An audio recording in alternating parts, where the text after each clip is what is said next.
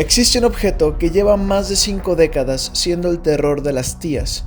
Uno que, debido a su naturaleza enigmática, ha sabido trascender generaciones y que, a pesar de haber sido investigado y desmitificado hasta el hartazgo, aún te mirarán como a quien saca la guitarra y toca la planta si llegas con él a una fiesta. Estoy hablando ni más ni menos que de la Ouija, la pieza maldita por excelencia cuya reputación ha sido marcada a fuego al ser la protagonista de un sinfín de películas de terror y por las cuales tú, yo y tu vecino ultra religioso la conocemos. Pero no siempre fue así.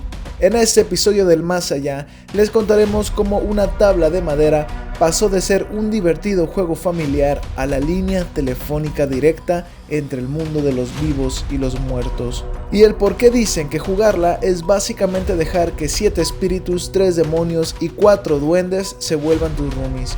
Oculturistas, bienvenidos al Más Allá. Esta es la historia de la tabla parlante. Esta es la historia de la Ouija.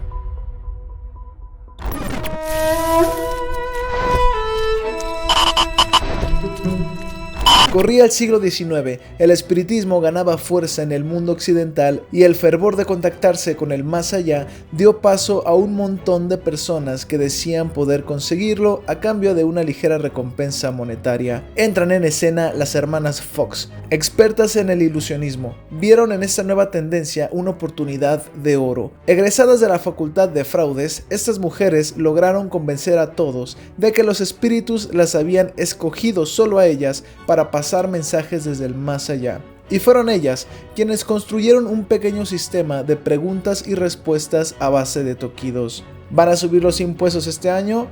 ¿Sí? ¿Voy a ser millonario?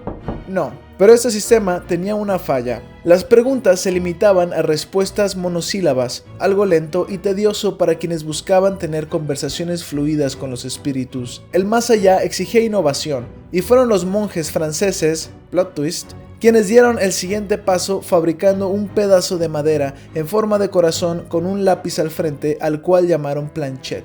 Esta herramienta facilitaba la comunicación al dejar que el espíritu expresara mejor sus ideas usando el lápiz sobre el papel. Las personas debían colocar sus dedos sobre el planchette y al hacer preguntas, este comenzaría a moverse sola dibujando la respuesta sobre el papel. Como pueden ver, esto ya comienza a tener forma de nuestra vieja y confiable Ouija. Sin embargo, aún era algo lenta y los mensajes algunas veces no parecían tener mucho sentido. Muchas cosas y muchos años tuvieron que pasar antes de que hombres visionarios con ganas de vender hasta a su propia abuela se cruzaran con este artefacto. En Europa, el planchette había salido de los monasterios y había llegado a las calles parisinas, volviéndose todo un éxito, y mientras que los franceses tenían planes ilimitados para hablar con sus difuntos, en Estados Unidos aún seguían jugando a la adivina quién espiritista. Pero esto cambiaría en 1858, cuando Robert Dale Owen y el Dr. H.F. Gardner, asombrados con lo que habían visto en París, llevaron a los Estados Unidos un montón de planchettes.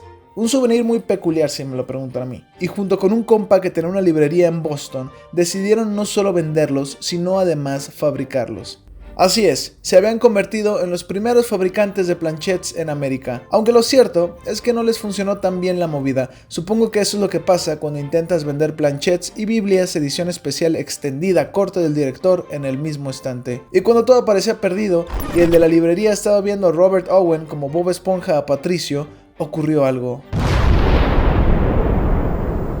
Los estados del norte y los estados del sur de Estados Unidos iniciaron una sangrienta batalla por el futuro de la esclavitud.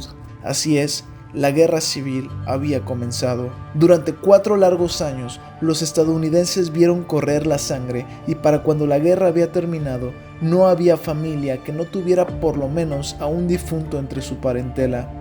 Ahora comunicarse con el mundo de los muertos se había vuelto una necesidad hasta psicológica. Es así como comenzaría otra guerra, una que no se peleaba con armas, sino con eslogans y anuncios. El ganador lideraría el mercado de las planchettes. las cuales eran ya todo un fenómeno en los Estados Unidos. A lo largo y ancho del país, las fábricas de planchettes pulularon como hongos. La demanda superaba la oferta y la cuna del capitalismo lo sabía, y cuando la competencia es férrea, destacarse es vital. De la mano con el espiritismo, el cual parecía estar en su mero apogeo, vinieron un montón de mediums, madames, pitonisas, brujos, maestros espiritistas y un sinfín de personajes que, como cualquier oportunista, buscaban una rebanada del pastel. Y en este hervidero de personajes peculiares nacieron las tablas parlantes, una alternativa al planchette que prometía una comunicación más precisa y eficaz. Este objeto consistía en una caja de madera parecida a un tocadiscos con un círculo giratorio al centro que llevaba una flecha en el borde, misma que servía para señalar letras del abecedario que estaban formadas en orden alrededor del círculo. Y aunque pareciera obvio hoy día que el planchette es el complemento perfecto para estas denominadas tablas parlantes, no lo era tanto en aquel entonces cuando un montón de fabricantes sacaban sus propias versiones. Era como aquella época de los teléfonos móviles que habían de todas formas y colores hasta que llegaron los primeros teléfonos touch. Y el Steve Jobs de la Ouija sería Charles Kennard, quien junto con un amigo, en esos tiempos los amigos jalaban para todo, crearon el primer modelo de la Ouija como la conocemos hoy día, una tabla de madera con el abecedario tallado y una planchette que señalaría las letras. Era 1890 y este brother abandonó todo para irse a Baltimore sin más que lo opuesto, un brillo en sus ojos y una tabla que él aseguraba que podía hablar. Y tú te agüitas porque la gente se ríe de ti por querer ser youtuber. Como sea, su plan funcionó. Eran otros tiempos y en la tierra de las oportunidades, siempre y cuando fueras un hombre blanco heterosexual, podías llegar muy lejos. Se hizo de varios inversionistas, de los cuales podemos destacar a Elijah Bond, el cual por cierto tiene una de las tumbas más chidas que yo haya visto en mi vida. Nomás por eso quiero ir a Estados Unidos para poder ver estas cosas.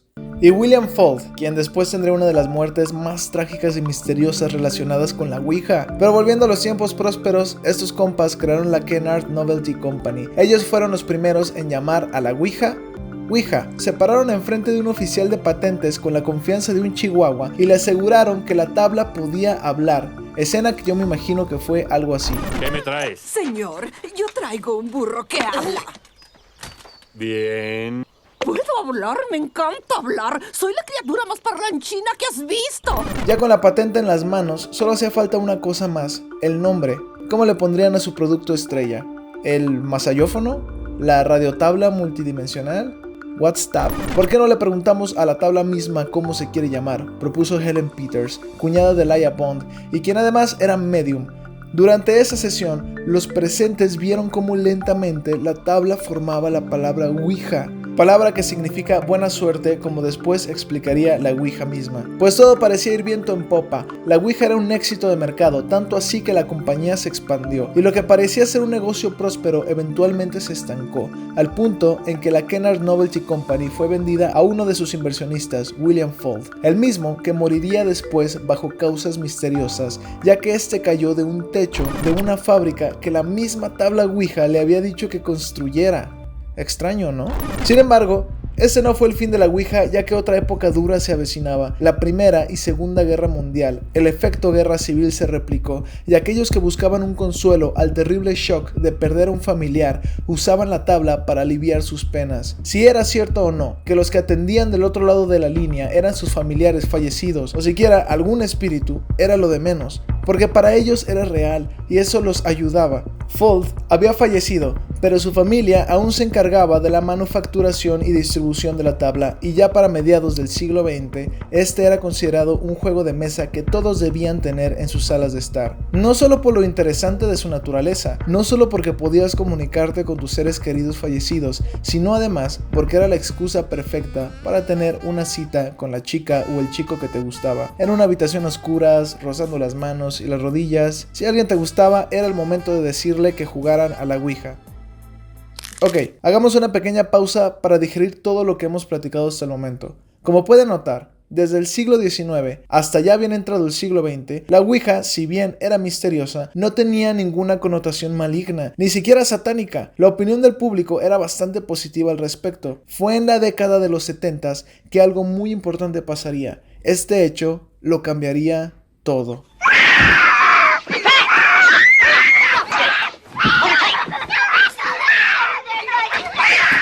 La gran, la maravillosa, la brillante cinta del Exorcista se estrenó un 26 de diciembre de 1973, traumando a todos los baby boomers y llevándose entre las patas a la generación X. Sí, esos son tus abuelos y tus padres, de verdad. Si quieren sacar el susto de sus vidas a sus papás, entren a su casa caminando así. No se crean, no lo hagan. En esta película había una pequeña escena en donde aparecía la Ouija y se sugería que era la forma en la que Regan McNeil se comunicaba con el demonio que después la iba a poseer. Pues esto fue suficiente para desatar el caos. La Ouija fue catalogada de la noche a la mañana como sinónimo de posesiones demoníacas, de Satán, de terror. Es aquí que entra en escena un personaje muy importante en esta historia y del cual poco hemos hablado: la Iglesia Católica. Esta organización llevaba décadas compitiendo con el espiritismo para ser la religión más profesada en los Estados Unidos, y aunque el espiritismo llevaba ya un rato en decadencia, el Exorcista entró como anillo al dedo para darle el golpe final. Si hasta parece que los guiones de las películas de terror están hechas por cardenales del Vaticano. Pues la Iglesia Católica promovió la idea de que la Ouija era del diablo y junto con ella todo lo relacionado al espiritismo, los mediums, las pitonisas, los brujos, los videntes, etcétera, etcétera, etcétera. A partir de ese momento, la cultura condenó a la Ouija a una eternidad de mitos, leyendas e historias respaldadas por películas de terror y por el amigo del amigo del amigo que te cuenta que un primo le pasó sabe qué cosa de no sé qué. A pesar de esto, la Ouija aún sigue siendo parte de la cultura popular. La familia Fuld vendió los derechos a la compañía Parker Brothers, los mismos que algún día hicieron Monopoly y Clue. Estos a su vez fueron absorbidos por Hasbro en 1991, haciéndose de sus más grandes éxitos, entre ellos la Ouija. Hoy día es posible encontrarla en internet. Y ya no sé si lo puedas conseguir físicamente en tiendas departamentales o supermercados, pero estoy casi seguro de haberla visto cuando yo era pequeño en Walmart, en la sección de juegos de mesa. Recuerdo haber dicho que hace esta cosa del diablo aquí. La idea de que la Ouija era del diablo ya había echado raíces en el imaginario colectivo, dando paso a un sinfín de anécdotas escalofriantes, porque cuando alguien cree firmemente en algo, la mente es capaz de materializar el horror. Existen muchos casos aterradores relacionados a la Ouija, es verdad, pero ¿qué está ocurriendo aquí? ¿Realmente estamos frente a un dispositivo sobrenatural capaz de abrirle la puerta a los demonios? ¿O es que hay algo un poquito más terrenal ocurriendo? Pues esta misma pregunta se la hicieron estudiosos y especialistas y dieron con algo muy interesante. Para algunos, el término ideomotor no les será nuevo, pero para los que no lo conocen, les explico. Se trata de un fenómeno psicológico que provoca pequeños movimientos inconscientes en un sujeto al estar influenciados por una idea. En pocas palabras, el cerebro te llevará a donde tu inconsciente quiera ir, aun cuando no te haya avisado. Para comprobar esto, varias personas fueron conectadas a un encefalograma mientras jugaban para ver cómo se comportaban las ondas cerebrales y descubrieron que aun cuando ellos decían no estar moviendo el planchet o pensando en la respuesta, los resultados arrojaban que en efecto sí había actividad cerebral. ¿Qué nos dice todo esto? Pues que el cerebro siempre estaba actuando de forma inconsciente. Esto tiene especial efecto cuando juegas con un compañero y sobre todo cuando ambas personas están influenciadas por la idea de que algo más está moviendo el planchet. Por eso es parte de las reglas principales, ya que ambos sentirán que no están haciendo nada cuando en realidad ambos están ayudando a que el planchet se mueva. Mucho se ha hablado del poder del subconsciente y cómo la Ouija parece ayudar a liberar este poder. De hecho, se está promoviendo la idea de que la Ouija sea un tratamiento para personas con Alzheimer, a que eso sería interesante. Y si todo esto les parece muy rebuscado, también tenemos la prueba más contundente de todos, la matagüijas, como me gusta llamarle: vendarle los ojos a los jugadores. Fácil, sencillo, eficaz. Al no saber a dónde ir, el planchet no es capaz de formar ninguna palabra coherente. Esto deja en claro que tiene que haber contacto visual para que la ilusión sea creada, a menos que los espíritus vean a través de nuestros ojos. Nah, no se crean, obviamente es el cerebro que no tiene la información que necesita. Es importante mencionar el poder de la sugestión. El que cree, lo crea. Recordemos que muchas de las personas que alguna vez jugaron la Ouija lo hicieron en momentos de vulnerabilidad, intentando contactar a un ser querido muerto después de alguna guerra o una tragedia. Estas personas querían ver, querían creer, y ese es un factor clave para que esto funcione. Por eso hay algunas reglas que hay que seguir: comprar velas, personalizar tu tabla, estar en una habitación oscura, no permitir que el planchet haga ciertos movimientos, todo con la única y mera intención de hacerte entrar en el mood ideal para creer que alguien desde el más allá es quien está tomando el control. Nuestro cerebro es capaz de imaginar un sinfín de situaciones. Su complejidad es aún objeto de fascinación y estudio, y aún no logramos entender cómo funciona este órgano en su totalidad. Es a través de él que hemos imaginado mundos, galaxias lejanas, personas de otros planetas, animales imposibles, historias cautivadoras y al compayito. Chale, carnal, bájale de yemas al rompope que se te amarilla, gacho. Oh, no le eches frituras a las partituras que se mancha el pentagrama. Algunas veces, esta línea entre lo que consideramos ficción y realidad se difumina para que fenómenos como el de la Ouija puedan existir. Y contrario a lo que algunos puedan pensar,